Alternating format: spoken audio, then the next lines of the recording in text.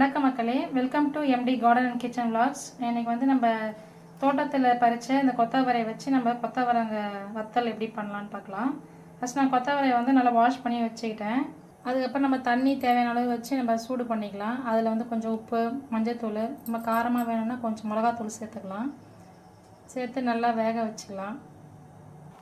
நம்ம கொத்தவரங்க போட்டுட்டு அதுக்கப்புறம் தேவையான அளவுக்கு உப்பு சேர்த்துக்கலாம். இதில்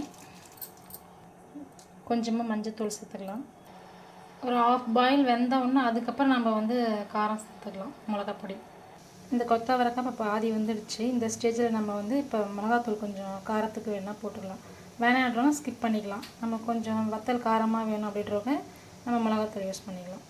நல்லா வெந்ததுக்கப்புறம் தண்ணி எடுத்துட்டு நம்ம நல்லா ஒரு துணியில் போட்டு நல்லா வெயிலில் ஒரு 2 to 3 நாளைக்கு நல்லா காய வச்சுருங்க. நல்லா சலன்னு வர அளவுக்கு. அதுக்கப்புறம் நம்ம எடுத்து பொரிச்சிடலாம். இந்த மாதிரி அவிச்சு எடுத்துக்கணும். கொத்தவரை இது மாதிரி நல்லா நம்ம வெயிலில் காய வச்சிடலாம். இது வந்து நம்ம 2 நாளைக்கு முன்னாடி வெயில் அவ்வளோவும் இல்லை. அப்போது இன்றைக்கி தான் கொஞ்சம் நல்லா வெயில் இருக்குது, அதனால் இது போட்டிருக்கோம். இதை விட நல்லா காயும். அப்படி ஒடிச்சா அப்படி ஒடிகிறவன் நல்லா மொறுன்னு. அவ்வளோதான். இது நல்லா காய வச்சாச்சு. நம்ம வந்து இதை ஃபஸ்ட்டு பேட்ச் போட்டது.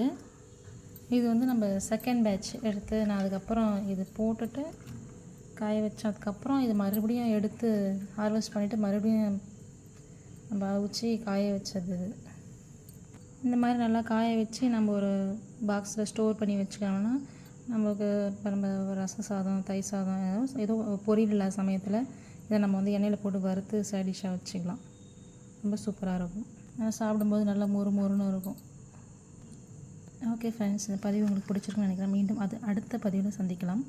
தேங்க்யூ.